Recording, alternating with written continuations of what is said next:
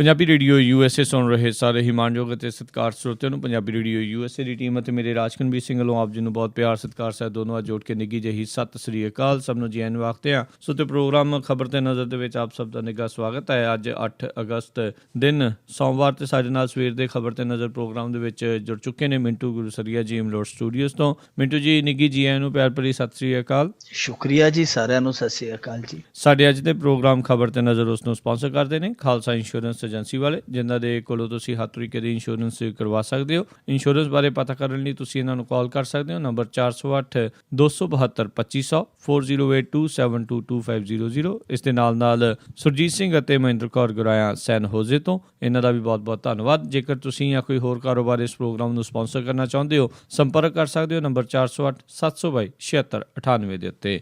ਮਿੰਟੂ ਜੀ, ਗੱਲਬਾਤ ਦਾ ਸਿਲਸਿਲਾ ਸ਼ੁਰੂ ਕਰਦੇ ਹਾਂ। ਪ੍ਰਧਾਨ ਮੰਤਰੀ ਮੋਦੀ ਦੇ ਬਿਆਨ ਦਾ ਅਸਰ, ਪੰਜਾਬ ਦੇ ਗਊ ਰੱਖਿਅਕ ਤੇ ਪਹਿਲਾ ਪਰਚਾ ਦਰਜ। ਇਹ ਪ੍ਰਧਾਨ ਮੰਤਰੀ ਨਰਿੰਦਰ ਮੋਦੀ ਤੋਂ ਬਾਅਦ ਪਹਿਲੀ ਗਾਜ ਡਿੱਗੀ ਹੈ ਤੇ ਪਹਿਲੀ ਗਾਜ ਸਾਡੇ ਇੱਥੇ ਪੰਜਾਬ ਦੇ ਵਿੱਚ ਡਿੱਗੀ ਹੈ। ਜਿਹਦੇ ਤੇ ਡਿੱਗੀ ਹੈ ਉਹਨੇ ਕਾਫੀ ਘੁੱਗੀਆਂ ਘੁੱਟੀਆਂ ਛਿੱਤਰ ਦੇ ਨਾਲ, ਉਹਦੇ ਪੈਰ ਥੱਲੇ ਬਟੇਰਾ ਵਾਹਵਾ ਦੇਰ ਦਾ ਆਇਆ ਸੀਗਾ। ਉਹਨੇ ਕਾਫੀ ਜ਼ਿਆਦਾ ਕਮਾਈ ਕੀਤੀ ਇਸ ਮਾਮਲੇ ਦੇ ਵਿੱਚ, ਕਾਫੀ ਚੜ੍ਹਾਈ ਕੀਤੀ ਇਸ ਮਾਮਲੇ 'ਚ, ਕੋਈ ਉਹਨੂੰ ਹੱਥ ਨਹੀਂ ਸੀ ਪਾਉਂਦਾ ਡਰਦਾ। ਸਭ ਤੋਂ ਵੱਡਾ ਸਵਾਲ ਇਹ ਪੈਦਾ ਹੁੰਦਾ ਵਾ ਕਿ ਅੱਜ ਪੁਲਿਸ ਨੇ ਜਿਹੜਾ ਮਾਮਲਾ ਦਰਜ ਕੀਤਾ ਹੈ ਉਹ ਦਰਜ ਕਿਵੇਂ ਕੀਤਾ ਹੈ, ਇਹ ਸਭ ਤੋਂ ਵੱਡਾ ਸਵਾਲ ਹੁੰਦਾ। ਵੇਖਣ ਵਾਲੀ ਗੱਲ ਆ ਕਿ ਇਹ ਜਿਹੜਾ ਮਾਮਲਾ ਕਿਸੇ ਮੁਦਈ ਦੇ ਕਹਿ ਤੋਂ ਜਾਂ ਕਿਸੇ ਪੀੜਤ ਦੇ ਕਹਿ ਤੋਂ ਦਰਜ ਨਹੀਂ ਕੀਤਾ ਗਿਆ। ਇਹ ਉਹਦੇ ਫੇਸਬੁੱਕ ਤੇ ਪਾਈਆਂ ਜਿਹੜੀਆਂ ਵੀਡੀਓ ਹੈ ਜਿਨ੍ਹਾਂ ਦੇ ਵਿੱਚ ਉਹ ਤਸ਼ੱਦਦ ਕਰਦਾ ਪਿਆ ਗਊ ਰੱਖਿਆ ਦੇ ਨਾਂ ਤੇ, ਉਹਦਾ ਟੋਲਾ 15-20 ਜਣੇ ਆ, ਉਹ ਹਥਿਆਰਾਂ ਨਾਲ ਲੈਸ ਹੁੰਦੇ ਆ, ਉਹ ਜਿਨ੍ਹਾਂ ਨੂੰ ਕੁੱਟਦੇ ਪਏ ਉਹ ਨਾਲ ਵੀਡੀਓ ਸ਼ੂਟ ਕਰਕੇ ਵੀਡੀਓ ਪਾ ਦਿੰਦੇ ਫੇਸਬੁੱਕ ਤੇ। ਉਹ ਵੀਡੀਓ ਦੇ ਆਧਾਰ ਤੇ ਪੁਲਿਸ ਨੇ ਪਰਚਾ ਦਰਜ ਕੀਤਾ ਹੈ। ਸਭ ਤੋਂ ਵੱਡਾ ਸਵਾਲ ਇਹ ਪੈਦਾ ਹੁੰਦਾ ਹੈ ਕਿ ਇਹ ਵੀਡੀਓ ਪਾਉਣ ਵਾਲਾ ਸਿਲਸਿਲਾ ਤੇ ਬੜੀ ਦੇਰ ਦਾ ਚੱਲਦਾ ਪਿਆ ਸੀ, ਪੰਜਾਬ ਪੁਲਿਸ ਕਿੱਥੇ ਸੁੱਤੀ ਪਈ ਸੀ। ਦੂਜੀ ਗੱਲ ਆ ਕਿ ਜੇ ਨਰਿੰਦਰ ਮੋਦੀ ਨਾ ਬੋਲਦਾ ਮੰਨ ਲਓ ਤੇ ਫਿਰ ਇਹਦਾ ਡੰਡਾ ਟੈਕਸ ਲੈਣ ਵਾਲਾ ਕੰਮ ਉਦਾਂ ਹੀ ਚੱਲੀ ਜਾਂਦਾ, ਕਿਉਂਕਿ ਇਹਦੇ ਤੇ ਪਹਿਲਾਂ ਹੀ ਜਿਹੜੇ ਇੱਥੋਂ ਦੇ ਸਾਡੇ ਡੇਅਰੀ ਉਦਯੋਗ ਵਾਲੇ ਉਹਨਾਂ ਦਾ ਪ੍ਰਧਾਨ ਆ ਜਿਹੜਾ ਦਲਜੀਤ ਸਿੰਘ, ਉਹ ਇਹਦੇ ਤੇ ਇਲਜ਼ਾਮ ਲਾ ਚੁੱਕਾ ਖੁੱਲੇ ਰੂਪ ਦੇ ਵਿੱਚ ਕਿ ਇਹ ਬੰਦਾ, ਜਦੋਂ ਅਸੀਂ ਵਪਾਰ ਕਰਦੇ ਹਾਂ ਗਾਵਾਂ ਦਾ, ਗਾਵਾਂ ਬਾਹਰ ਭੇਜਦੇ ਹਾਂ, ਇਹ ਬੰਦਾ ਇੱਕ ਨਗ ਦਾ 200 ਰੁਪਈਆ ਲੈਂਦਾ ਲਗਾਉਣ ਦਾ। ਦੇਖੋ ਇਹ ਕਿਹੋ ਜੀ ਗਊ ਰੱਖਿਆ ਕਿ 200 ਰੁਪਈਆ ਲੈ ਕੇ ਗਾਂ ਲਗਾ ਦੇਣੀ ਹੈ, ਅੱਗੇ ਜਾ ਕੇ ਭਾਵੇਂ ਅਗਲਾ ਗਾਂ ਹੀ ਲਗਾ ਦੇਵੇ। ਸੋ ਇਹਦੇ ਤੇ ਇਲਜ਼ਾਮ ਬੜੇ ਚਿਰ ਦੇ ਲੱਗਦੇ ਸਨ, ਬਚਿਆ ਆਉਂਦਾ ਸੀਗਾ। ਦੂਜੀ ਇੱਕ ਹੋਰ ਜਿਹੜੀ ਇੱਕ ਬੜੀ ਦਿਲਚਸਪ ਜੀ ਗੱਲ ਆ ਕਿ ਇਹ ਅੱਜ ਫੋਟੋਆਂ ਜਿਹੜੀਆਂ ਵਾਇਰਲ ਹੋਈਆਂ ਨੇ ਇਹਦੀਆਂ, ਇਹਦੇ ਗਰੋਹ ਦੀਆਂ, ਵੈਸੇ ਇਹਦਾ ਜਿਹੜਾ ਟੋਲਾ ਸੀ ਉਹ ਕਾਫੀ ਦੇਰ ਤੋਂ ਸੋਸ਼ਲ ਮੀਡੀਆ ਤੇ ਐਕਟਿਵ ਆ, ਲੋਕ ਦੇਖਦੇ ਰਹੇ। ਇਹਨਾਂ ਦੇ ਕੋਲ ਆਟੋਮੈਟਿਕ ਹਥਿਆਰ ਨੇ, AK-47 ਵਰਗੇ ਹਥਿਆਰ ਨੇ ਇਹਨਾਂ ਦੇ ਕੋਲ। ਸੋ ਇਹ ਵੀ ਪੁੱਛ ਪੜਤਾਲ ਕਰਨੀ ਚਾਹੀਦੀ ਹੈ ਬਰੀਕੀ ਦੇ ਨਾਲ ਕਿ ਇਹ ਆਟੋਮੈਟਿਕ ਹਥਿਆਰ ਹੈ ਜਿਹੜੇ ਜਿਨ੍ਹਾਂ ਦੇ ਲਾਇਸੈਂਸ ਆਮ ਬੰਦੇ ਨੂੰ ਮਿਲਦੇ ਨਹੀਂ, ਇਹਨਾਂ ਨੇ ਲਾਇਸੈਂਸ ਕਿਵੇਂ ਲੈ ਲਿਆ, ਔਰ ਇਹਨਾਂ ਦੇ ਕੋਲ ਤੇ ਹਥਿਆਰਾਂ ਦਾ ਜ਼ਖੀਰਾ ਹੈ ਪੂਰਾ। ਹੁਣ ਜਦੋਂ ਇਹਦੇ ਤੇ ਪਰਚਾ ਦਰਜ ਹੋਇਆ ਨਾਲ ਦੀ ਨਾਲ ਇਹ ਥੋੜਾ ਜਰਕ ਵੀ ਗਿਆ, ਕਹਿੰਦਾ ਜੀ ਅਸੀਂ ਉਹ ਵੀਡੀਓ ਤਾਂ ਜਿਹੜੀਆਂ ਸੀ ਉਹ ਅਸਲੀ ਥੋੜੀ ਪਾਈਆਂ ਸੀ, ਅਸੀਂ ਤੇ ਟੈਲੀਫਿਲਮਾਂ ਬਣਾ ਕੇ ਪਾਈਆਂ ਸੀ ਕਿ ਲੋਕ ਡਰ ਕੇ ਗਾਵਾਂ ਨਾ ਮਾਰਨ। ਸੋ ਇਹ ਥੋੜਾ ਹੁਣ ਜਰਕਿਆ ਵੀ ਹੈ, ਥੋੜਾ ਘਬਰਾਇਆ ਵੀ ਹੋਇਆ, ਪਰ ਵਿੱਚੋਂ ਵਿੱਚ ਇਹ ਵੀ ਆਖਣ ਡਿਆ ਕਿ ਕੋਈ ਗੱਲ ਨਹੀਂ, ਕੇਸ ਬਣ ਜਾਏਗਾ ਤੇ ਬਣ ਜਾਏਗਾ। ਯਾਨੀ ਉੱਤੋਂ ਆਪਣੇ ਆਪ ਨੂੰ ਦਲੇਰ ਬਣਾ ਰਿਹਾ, ਦਲੇਰ ਕਰਨ ਦੀ ਕੋਸ਼ਿਸ਼ ਕਰ ਰਿਹਾ, ਪਰ ਅੰਦਰੋਂ ਥੋੜਾ ਜਿਹਾ ਜਿਹੜਾ ਆ ਉਹ ਮਨ ਜਿਹੜਾ ਘਬਰਾਉਂਦਾ ਵੀ ਹੈ। ਹੁਣ ਇਹਦੇ ਤੇ ਪਰਚਾ ਦਰਜ ਹੋਇਆ, ਪਰ ਗੱਲ ਇਹ ਉੱਠਦੀ ਹੈ ਅੱਜ ਸਾਡੇ ਸਾਰਿਆਂ ਦੇ ਸਾਹਮਣੇ ਇਹ ਆ ਕਿ ਇਹ ਕਿਹੋ ਜਿਹਾ ਲੋਕਤੰਤਰ ਹੈ ਜਿੱਥੇ ਇੱਕ ਬੰਦੇ ਤੇ ਕਹਿ ਤੇ ਮਾਮਲਾ ਦਰਜ ਹੁੰਦਾ ਹੈ। ਜੇ ਉਹ ਪ੍ਰਧਾਨ ਮੰਤਰੀ ਨਾ ਬੋਲਦਾ ਤੇ ਕੀ ਇਹ ਸਾਰਾ ਕੁਝ ਇਸੇ ਤਰ੍ਹਾਂ ਚੱਲਦਾ ਰਹਿੰਦਾ?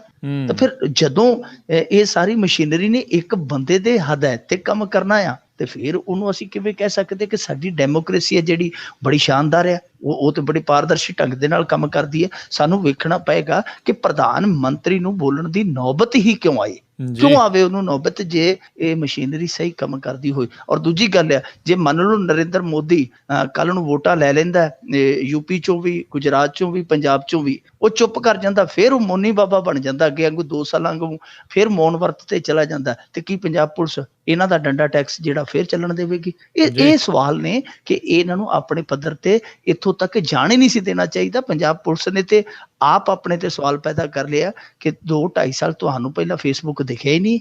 ਜੀ ਜੀ ਬਿਲਕੁਲ। ਅਗਲੀ ਆਪਾਂ ਗੱਲ ਕਰਦੇ ਹਾਂ ਮਿੰਟੂ ਜੀ ਵੀ ਹਲਕੇ 'ਚ ਕੈਪਟਨ ਤੋਂ ਥਾਣੇ 'ਚ ਕੈਪਟਨ ਦੀ ਨੌਬਤ ਆਈ, ਕੀ ਗੱਲ ਬਣੀ ਇਸ ਦੇ ਪਿੱਛੇ? ਕੈਪਟਨ ਦੀ ਕਾਫੀ ਅੱਜ ਕੱਲ੍ਹ ਵਾਹਵਾ ਵਾਲੇ ਖਾਂਦੀ ਪਈ ਹੈ। ਜੀ ਤੁਰਿਆ ਫਿਰਦਾ ਕੈਪਟਨ ਬਹੁਤ ਸਾਰੇ ਹਲਕਿਆਂ ਦੇ ਵਿੱਚ ਜਾ ਚੁੱਕਾ, ਹਾਲੇ ਬਹੁਤ ਸਾਰੇ ਹਲਕੇ ਰਹਿੰਦੇ ਆ। ਇਹ ਅੱਜ ਬਠਿੰਡੇ ਪਿੰਡ ਆ, ਬਠਿੰਡੇ ਦੇ ਨਾਲ ਹੀ ਜੱਸੀ ਪਾਉਣ ਵਾਲੀ, ਜੀ ਇੱਥੇ ਵਾਹਵਾ ਜੱਸੀਆਂ ਨੇ। ਜੱਸੀ ਪਾਉਣ ਵਾਲੀ ਉਹਨਾਂ ਵਿੱਚੋਂ ਇੱਕ ਆ। ਤਾਂ ਜੱਸੀ ਪਾਉਣ ਵਾਲੀ ਦੇ ਵਿੱਚ ਉੱਥੇ ਹਲਕੇ ਵਿੱਚ ਕੈਪਟਨ ਹੈ ਜਿਹੜਾ ਪ੍ਰੋਗਰਾਮ ਕਰਦਾ ਪਿਆ ਸੀ, ਉੱਥੇ ਇੱਕ ਕਿਸਾਨ ਆਇਆ ਬਲਦੇਵ ਸਿੰਘ ਨਾਂ ਦਾ। ਉਹਨੇ ਆ ਕੇ ਰੋਣਾ ਰੋਇਆ, ਦੁੱਖੜਾ ਰੋਇਆ ਕਿ ਭਾਈ ਮੇਰਾ ਕਿਸੇ ਨਾਲ ਜ਼ਮੀਨੀ ਵਿਵਾਦ ਚੱਲਦਾ ਸੀ, ਪੈ ਦਾ ਰੌਲਾ ਸੀਗਾ। ਪਰ ਦੂਜਾ ਬੰਦਾ ਜਿਹੜਾ ਸੀਗਾ ਉਹ ਮਲਕੀਤ ਸਿੰਘ ਉਹਦਾ ਨਾਮ ਸੀ, ਉਹ ਸੱਤਾਧਾਰੀਆਂ ਦੇ ਨਾਲ ਸੰਬੰਧਿਤ ਸੀ ਤੇ ਉਹਨੇ ਪੁਲਿਸ ਦੇ ਨਾਲ ਰਲ ਮਿਲ ਕੇ ਮੇਰੇ ਤੇ ਪਰਚਾ ਦਰਜ ਕਰਵਾ ਦਿੱਤਾ ਹੈ। ਪੁਲਿਸ ਦੇ ਪਰਚਾ ਦਰਜ ਕਰ ਲਿਆ ਤੇ ਉਸ ਤੋਂ ਬਾਅਦ ਮੇਰੀ ਤੇ ਜਾਨ ਉਹਨਾਂ ਨੇ ਸੁੱਕਣੇ ਪਾਈ ਹੈ, ਕਦੇ ਇੱਧਰੋਂ ਆ ਜਾਂਦੇ ਕਦੇ ਉੱਧਰੋਂ ਆ ਜਾਂਦੇ ਆ।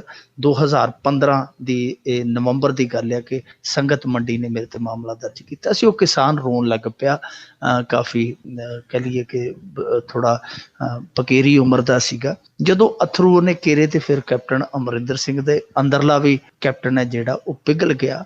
ਫਿਰ ਉਹਨੇ ਉੱਥੇ ਹੀ ਸਾਰਾ ਪ੍ਰੋਗਰਾਮ ਛੱਡਿਆ ਤੇ ਉਹਨੂੰ ਨਾਲ ਲੈ ਕੇ ਸੰਗਤ ਮੰਡੀ ਥਾਣੇ ਦੇ ਵਿੱਚ ਚਲਾ ਗਿਆ। ਉੱਥੇ ਪਹਿਲੇ ਪਤਾ ਲੱਗ ਗਿਆ ਪੁਲਿਸ ਵਾਲਿਆਂ ਨੂੰ ਕਿ ਕੈਪਟਨ ਇੱਧਰ ਨੂੰ ਤੁਰ ਪਿਆ। ਉਹਨਾਂ ਨੇ ਨਾਲ ਦੀ ਨਾਲ ਉੱਥੇ ਪਹਿਲਾਂ ਆਉਂਦਿਆਂ ਨੂੰ DSP ਵੀ ਬਿਠਾ ਛੱਡਿਆ ਸੀ, ਗੁਰਜੀਤ ਸਿੰਘ ਰਮਾਣਾ ਬਾਦਲ ਪਰਿਵਾਰ ਦਾ, ਇਹ ਵੀ ਚੰਗਾ ਬਹੁਤ ਨਾਯਾਬ ਅਫਸਰ ਆ। ਉਹ ਉੱਥੇ ਜਾਂਦਿਆਂ ਨੂੰ ਬੈਠਾ ਹੋਇਆ ਸੀਗਾ। ਕੈਪਟਨ ਨੇ ਸਾਰੀ ਗੱਲ ਕੀਤੀ ਉਹਦੇ ਨਾਲ, ਪੁੱਛਿਆ ਦੱਸਿਆ ਤੇ ਉਹਨੇ ਹੁਣ ਭਰੋਸਾ ਦਿੱਤਾ ਕਿ 10 ਦਿਨਾਂ 'ਚ ਜੀ ਅਸੀਂ ਇਹਦਾ ਨਿਸਤਾਰਾ ਕਰਾਂਗੇ, ਜੋ ਵੀ ਹੋਇਆ ਅਸੀਂ ਇਹਨੂੰ ਇਨਸਾਫ ਦੇਵਾਂਗੇ। ਸੋ ਕੈਪਟਨ ਜਿਹੜਾ ਉਹਦਾ ਪ੍ਰੋਗਰਾਮ ਕਰਦਾ ਪਿਆ ਸੀ ਹਲਕੇ ਵਿੱਚ ਕੈਪਟਨ, ਉਹ ਬਾਅਦ ਦੇ ਵਿੱਚ ਥਾਣੇ ਵਿੱਚ ਕੈਪਟਨ ਬਣ ਗਿਆ। ਪਰ ਜੇ ਕੈਪਟਨ ਅਮਰਿੰਦਰ ਸਿੰਘ ਇਸ ਤਰ੍ਹਾਂ ਦੀ ਜਿਹੜੀ ਗਤੀਵਿਧੀ ਸੀ ਉਹ ਪਹਿਲਾਂ ਹੀ ਜਾਰੀ ਰੱਖਦਾ ਤੇ ਨੌਬਤ ਇੱਥੇ ਆਉਂਦੀ ਨਾ, ਇੱਥੋਂ ਤੱਕ ਉਹਨਾਂ ਨੂੰ ਅੱਜ ਥਾਣਿਆਂ ਦੇ ਵਿੱਚ ਨਾ ਜਾਣਾ ਪੈਂਦਾ, ਥਾਣਾ ਉਹਨਾਂ ਦੇ ਕੋਲ ਆ ਜਾਂਦਾ।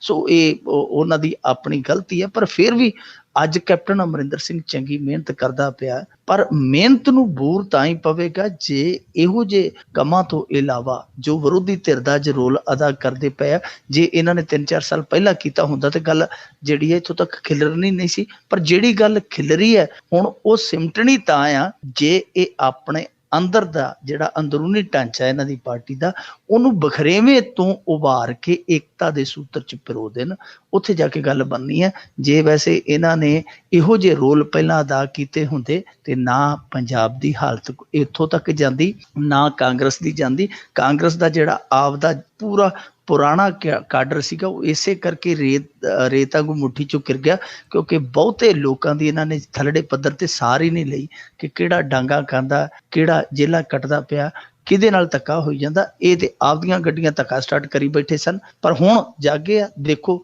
ਇਹ ਜਾਗ ਕਿੱਥੋਂ ਤੱਕ ਇਹਨਾਂ ਨੂੰ ਲੈ ਕੇ ਜਾਂਦੀ ਹੈ। ਜੀ ਜੀ ਅਗਲੀ ਆਪਾਂ ਗੱਲ ਕਰਦੇ ਹਾਂ ਮਿੰਟੂ ਜੀ ਵੀ ਅਕਾਲੀ ਭਾਜਪਾ ਸਰਕਾਰ ਨੇ ਪਾਰ ਲੱਗਣ ਲਈ ਹੁਣ ਲਿਆ ਥੀਏਟਰ ਦਾ ਸਹਾਰਾ। ਇਹਨਾਂ ਨੇ ਐਤਕੀ ਕਾਫੀ ਵੱਡਾ ਬਜਟ ਰੱਖਿਆ। ਇਹਨਾਂ ਨੇ ਅਰਵਿੰਦ ਕੇਜਰੀਵਾਲ ਨੂੰ ਆਖਿਆ ਸੀ 500 ਕਰੋੜ ਦਾ ਬਜਟ ਰੱਖੀ ਬੈਠਾ ਇਸ਼ਤਿਹਾਰਾਂ ਲਈ, ਇਹ ਕਰਦਾ ਉਹ ਕਰਦਾ, ਸਾਡੇ ਪੰਜਾਬ ਦੀਆਂ ਅਖਬਾਰਾਂ 'ਚ ਇਸ਼ਤਿਹਾਰ ਦਿੰਦਾ, ਇਹ ਖਜ਼ਾਨੇ ਦੀ ਦੁਰਵਰਤੋਂ ਹੈ, ਇਹ ਹੈ ਉਹ ਹੈ ਜੋ ਹੈ। ਬੜੀਆਂ ਇਹਨਾਂ ਨੇ ਉਤਲੀਆਂ ਹੇਠਲੀਆਂ ਗੱਲਾਂ ਕੀਤੀਆਂ ਸਨ ਜਦੋਂ ਉਹਨਾਂ ਨੇ ਆਪਣੇ ਬਜਟ ਦੇ ਵਿੱਚ ਇਸ਼ਤਿਹਾਰਬਾਜ਼ੀ ਲਈ 526 ਕਰੋੜ ਰੁਪਈਆ ਰੱਖਿਆ ਸੀ।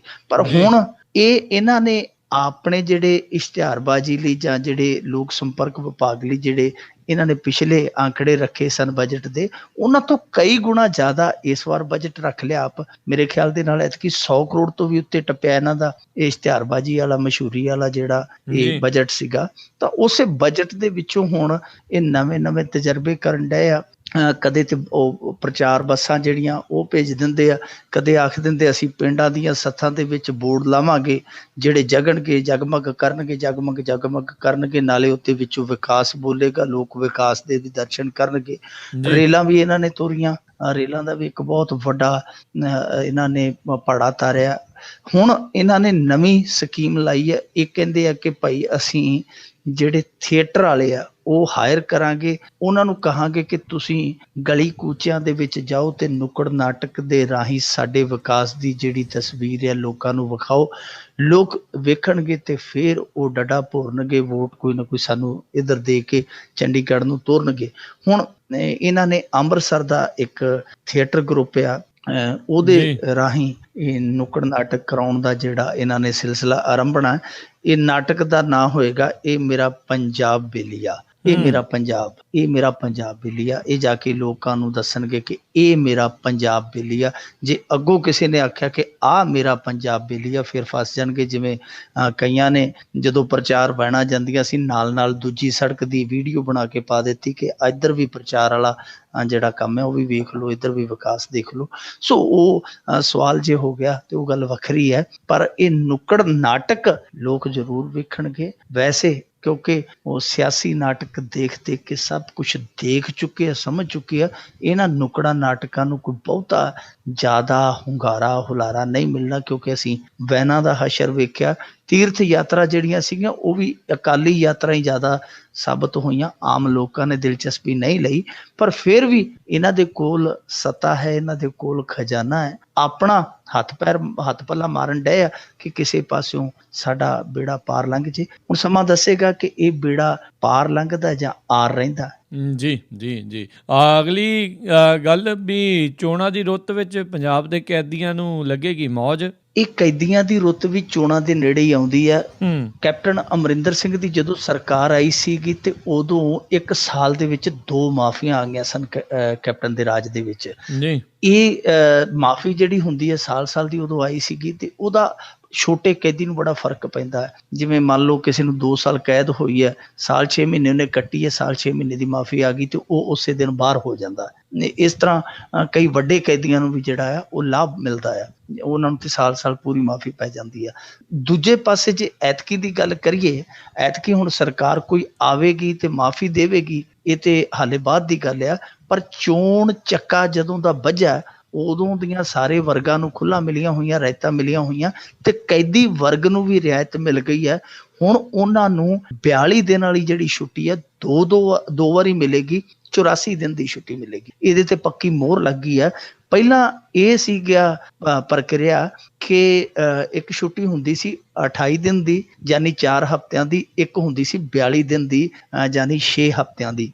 ਇਹ 2 ਛੁੱਟੀਆਂ ਹੁੰਦੀਆਂ ਸਨ ਸਾਲ ਦੇ ਵਿੱਚ। ਪਰ ਉਹ ਜਿਹੜੀਆਂ ਛੁੱਟੀਆਂ ਦਾ ਫਰਕ ਤਾਂ ਹੁੰਦਾ ਸੀ, ਮਸਲਨ ਤੁਹਾਡੇ ਕੋਲ ਜ਼ਮੀਨ ਆ, ਜਾਇਦਾਦ ਆ, ਤੁਹਾਡੀ ਛੁੱਟੀ ਹੈ ਜਿਹੜੀ 42 ਦਿਨ ਦੀ ਹੈ, ਮੇਰੇ ਕੋਲ ਕੋਈ ਜ਼ਮੀਨ ਨਹੀਂ, ਮੇਰੇ ਨਾਲ ਕੋਈ ਜਮ੍ਹਾਂਬੰਦੀ ਨਹੀਂ ਹੈ, ਤਾਂ ਮੇਰੀ ਛੁੱਟੀ ਹੈ ਜਿਹੜੀ ਉਹ 4 ਹਫ਼ਤਿਆਂ ਦੀ। ਇਹਨਾਂ ਨੇ ਇਹ ਫਰਕ ਮਿਟਾ ਦਿੱਤਾ ਕਿ ਸਾਰੇ ਕੈਦੀਆਂ ਨੂੰ ਇੱਕੋ ਜੀ ਯਾਨੀ 42 ਦਿਨ ਦੀ ਛੁੱਟੀ ਕਰ ਦਿੱਤੀ। 42 ਤੇ 42 ਨੂੰ ਆਪਾਂ ਜੇ ਗੁਣਾ ਕਰ ਲਈਏ ਤੇ 84 ਦਿਨ ਬਣ ਜਾਂਦੇ। 84 ਦਿਨ ਦੇ ਮਹੀਨੇ ਲਾਈਏ ਤੇ ਲਗਭਗ ਜਿਹੜੇ 3 ਮਹੀਨੇ ਬਣਦੇ ਆ।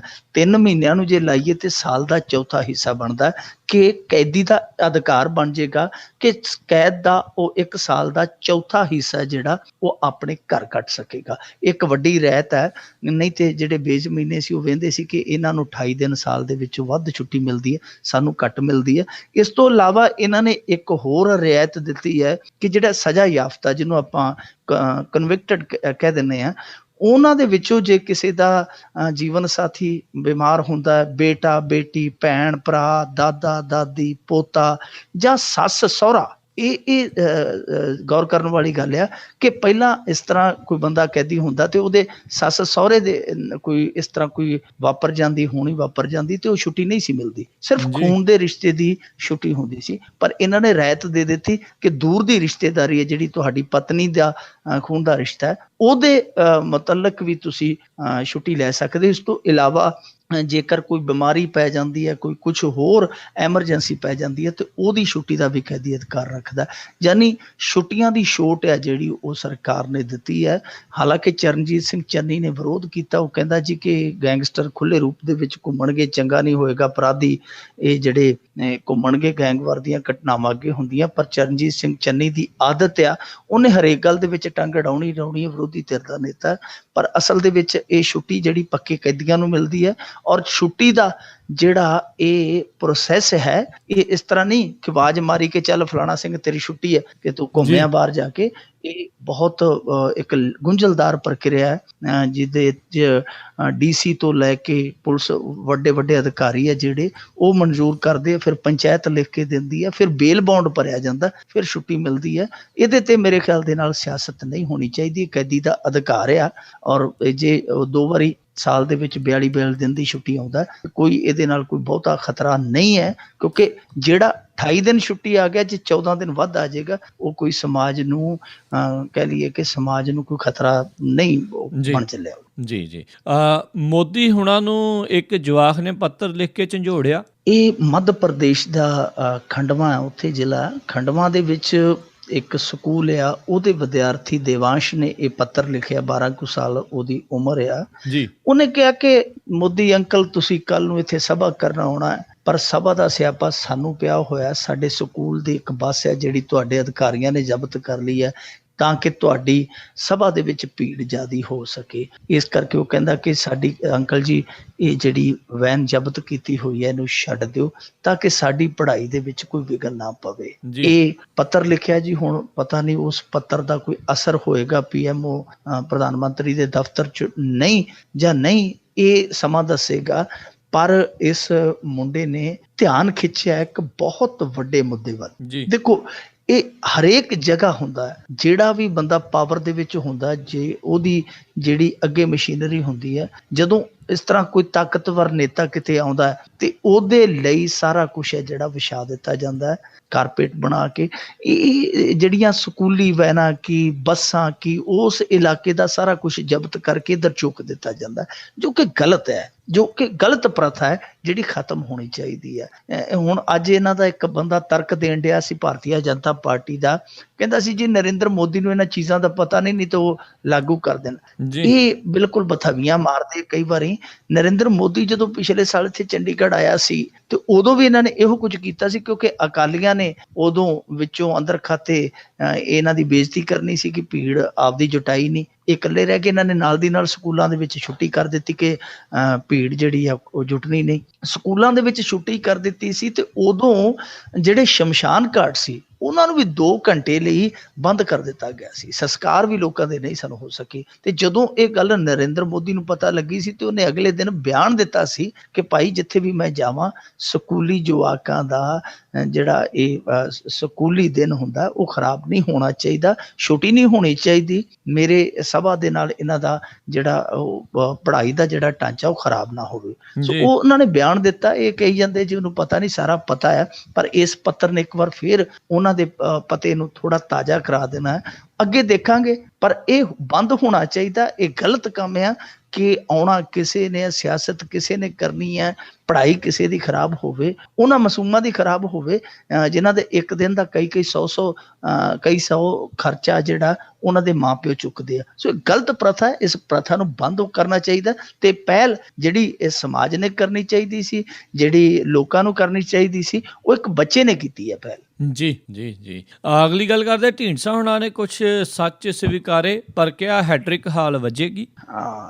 ਸੁਖਦੇਵ ਸਿੰਘ ਢੀਂਡਸਾ ਦੀ ਇੱਕ ਵੈਸੇ ਇਹ ਸਿਫਤ ਆ ਕਿ ਕਈ ਵਾਰੀ ਸੱਚ ਜਿਹੜੇ ਆ ਉਹ ਸਵੀਕਾਰ ਕਰ ਜਾਂਦੇ ਆ, ਪਰ ਥੋੜੇ ਅਕਾਲੀ ਵੀ ਹੈ ਤੇ ਵਿੱਚੋਂ ਅਕਾਲੀਆਂ ਵਾਲੀ ਗੱਲ ਵੀ ਕਰ ਜਾਂਦੇ ਆ। ਇਹਨਾਂ ਨੇ ਕਿਹਾ ਕਿ 2016 ਦੇ ਵਿੱਚ ਜਿਹੜਾ ਸ਼ੁਰੂਆਤੀ ਦੌਰ ਸੀ ਉਦੋਂ ਆਮ ਆਦਮੀ ਪਾਰਟੀ ਦੀ ਚੜ੍ਹਤ ਸੀ, ਪਰ ਜਿਵੇਂ ਜਿਵੇਂ ਇਹ ਸਾਲ ਅੱਗੇ ਵਧਿਆ ਆਮ ਆਦਮੀ ਪਾਰਟੀ ਨੇ ਗਲਤੀਆਂ ਕੀਤੀਆਂ ਤੇ ਹੁਣ ਉਹਦਾ ਵਕਾਰ ਹੈ ਜਿਹੜਾ ਉਹ ਡੋਲਿਆ ਜਾ ਪਿਆ। ਦੂਜੇ ਪਾਸੇ ਇੱਕ ਸੱਚ ਉਹਨਾਂ ਨੇ ਹੋਰ ਸਵੀਕਾਰ ਕੀਤਾ। ਉਹ ਕਹਿੰਦੇ ਜੀ ਕਿ ਸਾਡੀ ਜਿਹੜੀ ਸਾਥੀ ਹੈ ਭਾਰਤੀ ਜਨਤਾ ਪਾਰਟੀ, ਉਹਦਾ ਸ਼ਹਿਰ ਦੇ ਵਿੱਚ ਜਿਹੜਾ ਵਕਾਰ ਸੀ ਉਹ ਢਾਹ ਖਾ ਗਿਆ।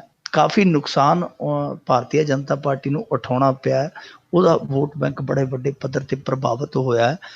ਇਹਨਾਂ ਕੋਲ ਸਮਾਂ ਕਹਿੰਦੇ ਕਿ ਆਪਣੀ ਇਹ ਜਿਹੜੀ ਸਥਿਤੀ ਹੈ ਸੁਧਾਰ ਸਕਦੇ ਆ, ਪਰ ਢੀਂਡਸਾ ਸਾਹਿਬ ਇਹ ਭੁੱਲ ਰਹੇ ਨੇ ਕਿ ਸ਼ਹਿਰ ਦੇ ਵਿੱਚ ਤੇ ਅਕਾਲੀ ਦਲ ਦਾ ਵੀ ਬਹੁਤ ਮੰਦਾ ਹਾਲ ਹੈ। ਸ਼ਹਿਰਾਂ ਦੇ ਵਿੱਚ ਤੇ ਅਕਾਲੀ ਦਲ ਹੈ ਜਿਹੜਾ ਉਹ ਪਿਛਲੀ ਵਾਰੀ ਵੀ ਬਹੁਤ ਬੁਰੀ ਤਰ੍ਹਾਂ ਕਹਿ ਲਈਏ ਕਿ ਮਾਤ ਖਾ ਬੈਠਾ ਸੀ। ਲੋਕ ਸਭਾ ਚੋਣਾਂ ਦੇ ਵਿੱਚ ਵੀ ਇਹਨਾਂ ਦਾ ਸ਼ਹਿਰੀ ਵੋਟ ਬੈਂਕ ਤੇ ਕਦੇ ਵੀ ਸਥਾਈ ਨਹੀਂ ਹੋਇਆ। ਤੀਜੇ ਪਾਸੇ ਉਹਨਾਂ ਨੇ ਇਹ ਦਾਅਵਾ ਕੀਤਾ, ਉਹ ਕਹਿੰਦੇ ਕਿ ਅਸੀਂ 60 ਸੀਟਾਂ ਲੈ ਕੇ ਸਰਕਾਰ ਬਣਾਵਾਂਗੇ, 60 ਸੀਟਾਂ ਲੈ ਕੇ ਅਸੀਂ ਇਹ ਸਰਕਾਰ ਬਣਾਵਾਂਗੇ, ਹੈਟ੍ਰਿਕ ਮਾਰਾਂਗੇ। ਅਸਲ ਦੇ ਵਿੱਚ ਕੀ ਹੈ ਜੀ ਕਿ ਦੋ ਕੁ ਮਹੀਨਿਆਂ ਬਾਅਦ ਇਹ ਕੋਈ ਨਾ ਕੋਈ ਸਰਵੇ ਹੈ ਜਿਹੜਾ ਆਪਣੇ ਪੱਧਰ ਤੇ ਕਰਵਾਉਂਦੇ ਆ। ਹੁਣ ਵੀ ਦੱਸਦੇ ਆ, ਅੰਦਰੂਨੀ ਸੂਤਰ ਦੱਸਦੇ ਆ ਕਿ ਇਹਨਾਂ ਨੇ ਇੱਕ ਸਰਵੇ ਜਿਹੜਾ ਹਾਲ ਦੇ ਵਿੱਚ ਕਰਾਇਆ, ਜਿਹੜਾ ਪਿਛਲੇ ਵਾਰੀ ਕਰਾਏ ਗਏ ਸਰਵੇ ਤੋਂ ਬਿਹਤਰ ਹੈ। ਤਾਂ ਢੀਂਡਸਾ ਸਾਹਿਬ ਦੀਆਂ ਜਿਹੜੀਆਂ ਇਹ ਮਸਕਰੀਆਂ ਨਿਕਲ ਰਹੀਆਂ ਨੇ, ਮੁੱਛਾਂ ਦੇ ਵਿੱਚ ਦੀ ਹਾਸੀਆਂ ਨਿਕਲ ਰਹੀਆਂ ਨੇ, ਇਹ ਸਰਵੇਖਣ ਦਾ ਹੀ ਨਤੀਜਾ ਹੈ ਕਿ ਉਹ ਹੱਸ ਰਹੇ, ਮੁਸਕਰਾ ਰਹੇ ਤੇ ਨਾਲ ਇਹ ਦਾਅਵਾ ਠੋਕ ਰਹੇ ਕਿ 60 ਸੀਟਾਂ ਦਾ ਜਿਹੜਾ ਸਾਡਾ ਇਹ ਪੱਕਾ ਟੀਚਾ, ਅਸੀਂ ਹੈਟ੍ਰਿਕ ਮਾਰਾਂਗੇ। ਇਹ ਅਸਲ ਦੇ ਵਿੱਚ ਅਕਾਲੀ ਦਲ ਨੂੰ ਜਿਹੜੀ ਪੇਂਡੂ ਵੋਟ ਆ, ਉਹ ਵੋਟ ਹਰੇਕ ਪਾਸਿਓਂ ਸਪੋਰਟ ਕਰਦੀ ਹੈ, ਕਿਉਂਕਿ ਭਾਰਤ ਦੇ ਵਿੱਚ ਅੱਜ ਚੋਣ ਜਿੱਤਣ ਲਈ ਐਮ ਫੈਕਟਰ ਹੈ ਜਿਹੜਾ ਉਹ ਬੜਾ ਲਾਜ਼ਮੀ ਹੈ। ਐਮ ਫੈਕਟਰ ਤੋਂ ਭਾਵ ਕਿ ਮਨੀ, ਮਸਲ ਤੇ ਮੈਨ ਪਾਵਰ, ਇਹ ਤਿੰਨੇ ਤਾਕਤਾਂ ਜਿਹੜੀਆਂ ਅਕਾਲੀ ਦਲ ਦੀਆਂ ਹਾਲੇ ਬੱਝੀਆਂ ਨਜ਼ਰ ਆਉਂਦੀਆਂ ਇਹਨਾਂ ਨੂੰ, ਉਹ ਖਿੰਡੀਆਂ ਨਹੀਂ ਆ। ਤਿੰਨੇ ਤਾਕਤਾਂ ਇੱਕ ਐਮ ਫੈਕਟਰ ਦੇ ਰੂਪ 'ਚ ਇਹਨਾਂ ਦੇ ਨਾਲ ਆ। ਇਸੇ ਕਰਕੇ ਇਹਨਾਂ ਨੂੰ ਪਤਾ ਹੈ ਕਿ ਅਸੀਂ ਚੋਣ ਦੇ ਵਿੱਚ ਛੇਤੀ ਮਾਰ ਨਹੀਂ ਖਾਣ ਵਾਲੇ। ਪਰ ਜਿਵੇਂ ਪਿਛਲੇ ਸਰਵੇਖਣਾਂ 'ਚ ਜੋ ਆਇਆ ਸੀ ਐਤਕੀ ਬਦਲ ਗਿਆ, ਢੀਂਡਸਾ ਸਾਹਿਬ ਨੂੰ ਇੰਨਾ ਭਰੋਸੇਮੰਦ ਨਹੀਂ ਹੋਣਾ ਚਾਹੀਦਾ। ਹੋ ਸਕਦਾ ਆਉਣ ਵਾਲੇ 2 ਮਹੀਨਿਆਂ 'ਚ ਇਹ ਸਰਵੇਖਣ ਵੀ ਪਲਟੀ ਖਾ ਜੇ। ਜੀ ਜੀ ਜੀ ਅਗਲੀ ਗੱਲ ਆਪਾਂ ਕਰਦੇ ਹਾਂ, ਕਿਸਾਨ ਗੱਡੇ ਲੈ ਕੇ ਪਹੁੰਚਣਗੇ ਰਾਜ ਭਵਨ ਵੱਲ ਚੱਲੇ। ਤੇਰੇ ਕੋਲ ਨੇ ਵੱਡੀਆਂ ਗੱਡੀਆਂ, ਯਾਰਾਂ ਕੋਲ ਨੇ ਗੱਡੇ, ਜਰਾ ਸੰਭਲ ਕੇ ਬਾਬੂ ਮਿੱਤਰਾਂ, ਗੱਡੇ ਤੇ ਪੱਥਰ ਲੱਦੇ। ਇਹਨਾਂ ਨੇ ਗੱਡੇ ਤੇ ਪੱਥਰ ਲੱਦ ਕੇ ਲੈ ਜਾਣੇ ਆ ਜੀ। ਇਹਨਾਂ ਨੇ ਐਲਾਨ ਕੀਤਾ ਹੋਇਆ ਸੀ ਕਿਸਾਨਾਂ ਨੇ ਕਿ ਅਸੀਂ ਪੁੱਛਾਂਗੇ ਭਾਈ, ਚਿੱਠੀਆਂ ਲਿਖ ਕੇ, ਲੱਖਾਂ ਚਿੱਠੀਆਂ ਲਿਖ ਕੇ ਪੁੱਛਾਂਗੇ ਅਸੀਂ ਰਾਸ਼ਟਰਪਤੀ ਨੂੰ ਕਿ ਕੀ ਨਰਿੰਦਰ ਮੋਦੀ ਜਾਂ ਨਰਿੰਦਰ ਮੋਦੀ ਦੀ ਸਰਕਾਰ ਸਾਨੂੰ ਭਾਰਤੀ ਨਾਗਰਿਕ ਮੰਨਦੀ ਹੈ ਜਾਂ ਨਹੀਂ ਮੰਨਦੀ। ਉਹ ਚਿੱਠੀਆਂ ਜਿਹੜੀਆਂ ਮੇਰੇ ਖਿਆਲ ਦੇ ਨਾਲ ਇਹਨਾਂ ਨੇ 1.5 ਲੱਖ ਚਿੱਠੀਆਂ ਜਿਹੜੀਆਂ ਲਿਖਣੀਆਂ ਨੇ, ਉਹ ਚਿੱਠੀਆਂ ਹੁਣ ਤੁਹਾਨੂੰ ਪਤਾ 1.5 ਲੱਖ ਚਿੱਠੀ ਹੈ ਜਿਹੜੀ ਡਾਕ ਰਾਹੀਂ ਗਈ, ਤੇ ਡਾਕ ਤੇ ਅੱਗੇ ਸਾਡੀ ਜਿਹੜੀ ਹੈ ਉਹਨੂੰ ਹਾਕ ਮਾਰ ਕੇ ਬੁਲਾਉਣਾ ਪੈਂਦਾ ਕਿ ਆ ਜਾ ਡਾਕ। ਸੋ ਉਹ ਕਹਿੰਦੇ ਕਿ ਅਸੀਂ ਗੱਡੇ ਲੈ ਕੇ ਜਾਵਾਂਗੇ ਰਾਜ ਭਵਨ ਤੱਕ ਚੰਡੀਗੜ੍ਹ, 2 ਗੱਡਿਆਂ ਤੇ ਅਸੀਂ ਸਾਰੀਆਂ ਚਿੱਠੀਆਂ ਰੱਖਾਂਗੇ ਪੰਡਾਂ 'ਚ ਬੰਨ੍ਹ ਕੇ, ਤੇ ਉਹ ਚਿੱਠੀਆਂ ਜਾ ਕੇ ਅਸੀਂ ਫੜਾਵਾਂਗੇ। ਫਿਰ ਨਰਿੰਦਰ ਮੋਦੀ ਹੋਰਾਂ ਨੂੰ ਪੁੱਛਾਂਗੇ ਕਿ ਭਾਈ ਤੁਸੀਂ ਸਾਨੂੰ ਭਾਰਤੀ ਸ਼ਹਿਰੀ ਸਮਝਦੇ ਹੋ ਜਾਂ ਨਹੀਂ ਜੀ। ਵੈਸੇ ਤਮਾਈ ਸ਼ਮਾਈ ਜੇ ਕਹਿ ਲਈਏ, ਤਮਾਈ ਸ਼ਮਾਈ ਪੱਤਰ ਤੇ ਪ੍ਰਕਾਸ਼ ਸਿੰਘ ਬਾਦਲ ਹੋਰੀ ਵੀ ਗਾਏ ਬਗਾਏ ਲਿਖ ਦਿੰਦੇ, ਪਰ ਉਹਨਾਂ ਪੱਤਰਾਂ ਦਾ ਕਦੇ ਅਸਰ ਨਹੀਂ ਹੋਇਆ। ਕਹਿੰਦੇ ਹੁੰਦੇ ਸੀਗੇ ਕਿ ਤੈਨੂੰ ਰੁੱਗ ਚਿੱਠੀਆਂ ਦਾ ਪਾਇਆ, ਤੇਰਾ ਇੱਕ ਵੀ ਜਵਾਬ ਨਾ ਆਇਆ। ਰੁੱਗ ਚਿੱਠੀਆਂ ਦਾ ਪਾਇਆ ਹੁੰਦਾ ਪਰ ਜਵਾਬ ਇੱਕ ਦਾ ਨਹੀਂ ਆਉਂਦਾ। ਪਰ ਹੁਣ ਐਤਕੀ ਰੁੱਗ ਨਹੀਂ, ਐਤਕੀ ਤੇ ਥੱਬਿਆਂ ਮੂੰਹ ਹੀ ਚਿੱਠੀਆਂ ਚੱਲੀਆਂ, ਸ਼ਾਇਦ ਕੋਈ ਜਵਾਬ ਆ ਜਾਵੇ। ਪਰ ਇਹਨਾਂ ਦੇ ਜਿਹੜੇ ਰੋਣੇ ਆ ਉਹ ਨਕਲੀ ਨਹੀਂ ਹੈ। ਸਿਆਸਤਦਾਨਾਂ ਵਾਂਗੂ ਪ੍ਰਕਾਸ਼ ਸਿੰਘ ਬਾਦਲ ਹੋਰਾਂ ਦੇ ਤੇ ਹਿੱਤ ਹੈ ਜਿਹੜੇ ਹੋਰ ਤਰ੍ਹਾਂ ਦੇ ਆ, ਪਰ ਕਿਸਾਨਾਂ ਦਾ ਰੋਣਾ ਜਿਹੜਾ ਉਹ ਸੱਚਾ ਹੈ। ਉਹ ਅਸੀਂ ਦੇਖਦੇ ਹੀ ਪਏ ਹਾਂ ਜੀ। ਅੱਜ ਤੁਸੀਂ ਬੇਸਿਕ ਪੇ ਦੇਖ ਲਓ, ਪੰਜਾਬ ਦੇ ਵਿੱਚ ਸਿਪਾਹੀ ਦੀ ਹੈ ਤੇ 15,000 ਬੇਸਿਕ ਪੇ ਹੈ। ਦੂਜੇ ਪਾਸੇ ਕੇਂਦਰੀ ਮੁਲਾਜ਼ਮ ਹੈ, ਉਹਦੀ ਅੱਡ ਬੇਸਿਕ ਪੇ ਹੈ। ਹੁਣ ਤੇ ਇਹਨਾਂ ਨੇ ਐਲਾਨ ਕਰ ਦਿੱਤਾ ਸੀ ਕੱਲ ਕਿ 9,000 ਤੋਂ ਘੱਟ ਕਿਸੇ ਵੀ ਮੁਲਾਜ਼ਮ ਦੀ ਤਨਖਾਹ ਬੇਸਿਕ ਹੈ ਜਿਹੜੀ ਉਹ ਹੋਣੀ ਨਹੀਂ ਚਾਹੀਦੀ। ਪਰ ਕਿਸਾਨ ਦੀ ਆਮਦਨ, ਇਹ ਆਪਦੇ ਮੂੰਹੋਂ ਮੰਨਦੇ ਆ ਕਿ ਔਸਤ ਆਮਦਨ ਹੈ ਕਿਸਾਨ ਦੀ 1,600 ਰੁਪਈਆ, ਤੇ 2022 ਤੱਕ ਅਸੀਂ ਇਹਨੂੰ 3,200 ਤੇ ਲਗਭਗ ਦੁੱਗਣੀ ਕਰਨ ਦਾ ਟੀਚਾ ਰੱਖਿਆ। ਹੁਣ ਤੁਸੀਂ ਔਸਤ ਆਮਦਨ ਦੇਖ ਲਓ ਕਿ ਇੱਕ ਕਿਸਾਨ ਦੀ ਮਹੀਨੇ ਦੀ ਇਸ ਟਾਈਮ 1,600 ਹੈ, 2022 ਚੋਂ 3,200 ਵੀ ਹੋ ਗਈ ਤੇ ਮਹਿੰਗਾਈ ਉਦੋਂ ਕਿੱਥੇ ਤੱਕ ਚਲੇ ਗਈ ਹੋਏਗੀ। ਇਹੀ ਕਿਸਾਨਾਂ ਦਾ ਰੋਣਾ ਕਿ 1967 ਦੇ ਵਿੱਚ ਜਦੋਂ ਕਣਕ ਜਿਹੜੀ ਸੀਗੀ ਉਹ 450 ਨੂੰ ਸੀਗੀ, ਤੇ ਸੋਨਾ ਜਿਹੜਾ ਸੀ ਉਹ 400 ਦਾ ਤੋਲਾ ਸੀ। ਯਾਨੀ ਕੁਆਂਟਲ ਵੇਚ ਕੇ ਕਣਕ ਸੋਨਾ ਤੋਲਾ ਬਣਾ ਕੇ ਤੇ ਮੁੜ ਕੇ 50 ਰੁਪਏ ਜਿਹੜੇ ਵਰਤਣ ਲਈ ਬਚ ਜਾਂਦੇ ਸਨ। ਅੱਜ ਤੁਸੀਂ ਵੇਖ ਲਓ ਕਿ ਤੋਲਾ ਸੋਨੇ ਦਾ ਕਿੱਥੇ ਹੈ ਤੇ ਕੁਆਂਟਲ ਕਣਕ ਦੀ ਕਿੱਥੇ ਹੈ। ਇਹਨਾਂ ਦਾ ਇਹੀ ਤਰਕ ਹੈ ਕਿ ਜਿਹੜੇ ਤੁਹਾਡੇ ਮੁਲਾਜ਼ਮ ਆ ਉਹ ਸੈਂਕੜੇ ਗੁਣਾ ਆਪਣੀ ਤਨਖਾਹ ਦੇ ਵਿੱਚ ਵਾਧਾ ਪਾ ਚੁੱਕੇ ਆ, ਜਦ ਕਿ ਕਿਸਾਨਾਂ ਨੂੰ ਨਿਗੁਣਾ ਜਿਹਾ ਵਾਧਾ ਮਿਲਿਆ, ਜਦ ਕਿ ਉਹਦਾ ਲਾਗਤ ਖਰਚਾ ਹੈ ਜਿਹੜਾ ਉਹ ਕਈ ਸੈਂਕੜੇ ਗੁਣਾ ਜ਼ਿਆਦਾ ਵੱਧਦਾ। ਤਾਂ ਮੇਰੇ ਖਿਆਲ ਦੇ ਨਾਲ ਇਸ ਦਲੀਲ ਦੀ ਕੋਈ ਕਾਟ ਵੀ ਨਹੀਂ ਜੋ ਕਿਸਾਨ ਦਿੰਦੇ ਕਿ ਅਸੀਂ ਵੀ ਬਰਾਬਰ ਦੇ ਸ਼ਹਿਰੀ ਹਾਂ, ਸਾਡੇ ਵੀ ਖਰਚੇ, ਸਾਡੀਆਂ ਵੀ ਮਹਿੰਗਾਈਆਂ, ਸਾਡੀਆਂ ਵੀ ਲੋੜਾਂ, ਸਾਡੀਆਂ ਵੀ ਗਰਜ਼ਾਂ ਉਨੀਆਂ ਹੀ ਨੇ ਜਿੰਨੀਆਂ ਇੱਕ ਮੁਲਾਜ਼ਮ। ਉਹਨਾਂ ਨੇ ਪੁੱਛਿਆ ਕਿ ਭਾਈ ਤੁਸੀਂ ਸਾਨੂੰ ਮੰਨਦੇ ਹੋ ਕਿ ਸਾਡੀਆਂ ਵੀ ਜ਼ਰੂਰਤਾਂ ਨੇ, ਅਸੀਂ ਵੀ ਤੁਹਾਡੇ ਸ਼ਹਿਰੀ ਹਾਂ, ਸਾਨੂੰ ਵੀ ਪੇਟ ਲੱਗੇ ਆ, ਸਾਡੇ ਵੀ ਗਾਂ ਬੱਚੇ ਆ, ਸਾਡੇ ਵੀ ਗਾਂ ਭਵਿੱਖ ਆ। ਤਾਂ ਮੇਰੇ ਖਿਆਲ ਦੇ ਨਾਲ ਉਹਨਾਂ ਦਾ ਜਵਾਬ ਸਹੀ ਹੈ। ਔਰ ਪਰ ਹੁਣ ਉਹਨਾਂ ਦਾ ਸਵਾਲ ਸਹੀ ਹੈ, ਉਹਨਾਂ ਦਾ ਕੋਈ ਜਵਾਬ ਕੀ ਹੋਏਗਾ ਇਹ ਵੇਖਣਾ ਹੋਏਗਾ। ਇਹ ਗੱਡੇ ਤਾਂ ਲੈ ਚੱਲੇ ਆ ਕਿਸਾਨ ਮਾਰੀ ਦਿਆਂ, ਪਰ ਇਹਨਾਂ ਨੂੰ ਆਪਣੀ ਉਹ ਕਹਾਵਤ ਵੀ ਯਾਦ ਰੱਖਣੀ ਚਾਹੀਦੀ ਹੈ ਕਿ ਕਈ ਵਾਰੀ ਗੱਡੇ ਦੇ ਨਾਲ ਕੱਟਾ ਬੰਨ ਦਿੰਦੇ ਆ। ਜਿਵੇਂ ਕਿਸੇ ਨੇ ਕੋਈ ਚੀਜ਼ ਨਾ ਦੇਣੀ ਹੋਵੇ ਤੇ ਕਿਤੇ ਲਾਰੇ ਦਾ ਫਿਰ ਕੱਟਾ ਨਾਲ ਵੱਜੇ ਗੱਡੇ ਦੇ। ਬਿਲਕੁਲ ਬਿਲਕੁਲ ਜੀ। ਅਗਲੀ ਜੇ ਆਪਾਂ ਗੱਲ ਕਰੀਏ ਮਿੰਟੂ ਜੀ, ਵੀ ਦੇਸ਼ ਦੇ 34% ਮੰਤਰੀ ਤੇ ਅਪਰਾਧਿਕ ਮੁਕੱਦਮੇ ਤੇ 76% ਕਰੋੜਪਤੀ। ਇਹ ਦੇਖੋ ਅੱਜ ਦੀ ਜਿਹੜੀ ਇਸ ਸਮੇਂ ਦੀ ਸਿਆਸਤ ਹੈ ਉਹਦਾ ਚਿਹਰਾ ਮੋਹਰਾ ਹੈ। ਇਸ ਸਮੇਂ ਪੂਰੇ ਭਾਰਤ ਦੇ ਵਿੱਚ 76% ਜਿਹੜੇ ਮੰਤਰੀ ਆ ਉਹ ਕਰੋੜਪਤੀ ਹਨ ਜੀ ਕਰੋੜਪਤੀ, ਔਰ 34% ਹੈ ਜਿਹੜੇ ਜਿਨ੍ਹਾਂ ਤੇ ਮਾਮਲੇ ਚੱਲਦੇ ਆ ਅਪਰਾਧਿਕ ਮਾਮਲੇ। ਔਰ ਜੀ ਔਸਤ ਜਾਇਦਾਦ ਹੈ ਜਿਹੜੀ ਮੰਤਰੀ ਕੋਲ ਭਾਰਤ ਦੇ ਵਿੱਚ ਉਹ 8 ਕਰੋੜ 59 ਲੱਖ ਰੁਪਇਆ ਹੈ। ਜੀ 8 ਕਰੋੜ 59 ਲੱਖ ਰੁਪਇਆ ਐਵਰੇਜ ਆ। ਇਹ 29 ਜਿਹੜੇ ਸੂਬੇ ਆ ਉਹਨਾਂ ਦੀਆਂ ਵਿਧਾਨ ਸਭਾ ਤੇ ਕੇਂਦਰ ਸ਼ਾਸਿਤ ਪ੍ਰਦੇਸ਼ ਦੇ ਜਿਹੜੇ ਮੰਤਰੀ ਆ ਉਹਨਾਂ ਦੇ ਵਿੱਚੋਂ 620 ਦੇ ਵਿੱਚੋਂ ਜਿਨ੍ਹਾਂ ਨੇ 609 ਜਿਨ੍ਹਾਂ ਨੇ ਜਮ੍ਹਾਂ ਕਰਾਏ ਸੀ ਐਲਾਨ ਪੱਤਰ, ਉਹਨਾਂ ਦੇ ਆਧਾਰ ਤੇ ਇਹ ਆંકੜਾ ਜਿਹੜਾ ਉਹ ਸਾਹਮਣੇ ਆਇਆ। ਤੇ ਸਭ ਤੋਂ ਅਮੀਰ ਮੰਤਰੀ ਹੈ ਜਿਹੜਾ ਉਹ ਹੈ ਤੇਲਗੂ ਦੇਸ਼ਮ ਪਾਰਟੀ ਦਾ ਪੋਂਗਰੂ ਨਾਰਾਇਣ, ਜਿਹਦੇ ਕੋਲ ਇਸ ਸਮੇਂ 496 ਕਰੋੜ ਰੁਪਏ ਦੀ ਜਾਇਦਾਦ ਆ। ਦੂਜੇ ਨੰਬਰ ਤੇ 256 ਕਰੋੜੀ ਜਿਹਦੀ ਜਾਇਦਾਦ ਆ ਉਹ ਹੈ ਕਾਂਗਰਸ ਦਾ ਡੀ.ਕੇ. ਸ਼ਿਵ ਕੁਮਾਰ। ਤੇ ਇੱਕ ਚੀਜ਼ ਹੋਰ ਵੇਖਣ ਵਾਲੀ ਹੈ ਕਿ 609 ਮੰਤਰੀ ਜਿਨ੍ਹਾਂ ਨੇ ਇਹ ਐਲਾਨ ਪੱਤਰ 'ਚ ਦਿਖਾਇਆ ਉਹਨਾਂ ਦੇ ਵਿੱਚੋਂ ਕੇਂਦਰ ਦੇ ਵਿੱਚ ਜਿਹੜੇ 38 ਮੰਤਰੀ ਹੈ 78 ਮੰਤਰੀਆਂ ਦਾ ਜਿਹੜਾ ਮੰਤਰੀ ਮੰਡਲ ਹੈ ਉਹਦੇ 'ਚ 24 ਅਜਿਹੇ ਆ ਜਿਨ੍ਹਾਂ ਨੇ ਆਪਣੇ ਵਿਰੁੱਧ ਕੇਸ ਦਰਜ ਹੋਣ ਦੀ ਗੱਲ ਕਹੀ ਹੈ। ਯਾਨੀ ਜਿਹੜਾ ਨਰਿੰਦਰ ਮੋਦੀ ਕਹਿੰਦਾ ਸੀਗਾ ਕਿ ਅਸੀਂ ਇਹ ਸੰਸਦ ਨੂੰ ਦਾਗੀਆਂ ਤੋਂ ਰਹਿਤ ਕਰ ਦਿਆਂਗੇ, ਉਹਦੇ ਮੰਤਰੀ ਮੰਡਲ ਦੇ ਵਿੱਚ ਵੀ 24 ਇਹੋ ਜਿਹੇ ਜਿਹੜੇ ਆ ਉਹ ਦਾਗੀ ਆ। ਹੁਣ ਤੁਸੀਂ ਆਪ ਹੀ ਹਿਸਾਬ ਲਾ ਲਓ। ਇਹਨਾਂ ਦੇ ਵਿੱਚ ਇੱਕ ਇਹ ਵੀ ਹੈ ਜਿਹਨੇ ਐਲਾਨ ਪੱਤਰ ਦਿੰਦਿਆਂ ਇਹ ਕਿਹਾ ਸੀਗਾ ਜੀ ਕਿ ਮੈਂ ਬਾਕੀ ਤੇ ਸਭ ਪਾਸਿਓਂ ਠੀਕ ਆ, ਇੱਕ ਬਸ 300 ਕਰੋੜ ਰੁਪਏ ਦਾ ਘੁਟਾਲਾ ਮੇਰੇ ਸਿਰ। ਇਹ ਇਸ ਤਰ੍ਹਾਂ ਦਾ ਵੀ ਹੈ। ਇੱਕ ਪੰਜਾਬ ਦੀ ਵੀ ਇਹਦੇ ਚ ਪ੍ਰਾਪਤੀ ਹੈ ਜੀ। ਪੰਜਾਬ ਦੇ ਵਿੱਚ ਅਰੁਣਾਚਲ ਪ੍ਰਦੇਸ਼ ਤੇ ਪੌਂਡੀਚੇਰੀ ਨਾਲ ਆ ਕਿ ਇਹਨਾਂ 3 ਸਟੇਟਾਂ ਦੇ ਵਿੱਚ ਸਾਰੇ ਹੀ ਮੰਤਰੀ ਆ ਜਿਹੜੇ ਕਰੋੜੀ ਮੰਨ ਲਿਆ, ਯਾਨੀ ਸਾਰੇ ਧੰਨਾ ਸੇਠ ਆ, ਕੋਈ ਵੀ ਬੰਦਾ ਲੱਖਪਤੀ ਨਹੀਂ, ਸਾਰੇ ਮੰਤਰੀ ਕਰੋੜਪਤੀ ਹੈ। ਸੋ ਪੰਜਾਬ ਦੀ ਇਧਰੋਂ ਵੀ ਇੱਕ ਪ੍ਰਾਪਤ।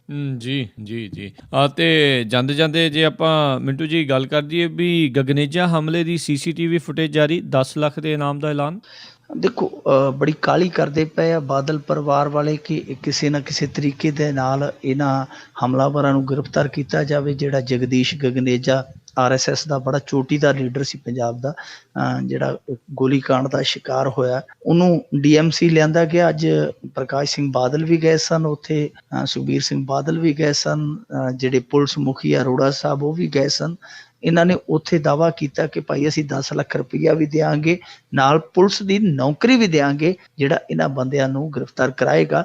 CCTV ਫੁਟੇਜ ਹੁਣ ਤੋਂ 4 ਕੁ ਘੰਟੇ ਪਹਿਲਾਂ ਜਿਹੜੀ ਉਹ ਜਨਤਕ ਕਰ ਦਿੱਤੀ ਗਈ ਹੈ ਹਮਲਾਵਰਾਂ ਦੀ। ਹੁਣ ਦੇਖਣਾ ਹੋਏਗਾ। ਦੇਖਣ ਦੀ ਗੱਲ ਇਹ ਹੈ ਕਿ ਕੀ ਕੋਈ ਇਸ ਤਰ੍ਹਾਂ ਦੀ ਸੂਚਨਾ ਦਿੰਦਾ ਜਿਸ ਦੇ ਆਧਾਰ ਤੇ ਗ੍ਰਿਫਤਾਰੀਆਂ ਹੋ ਜਾਂਦੀਆਂ।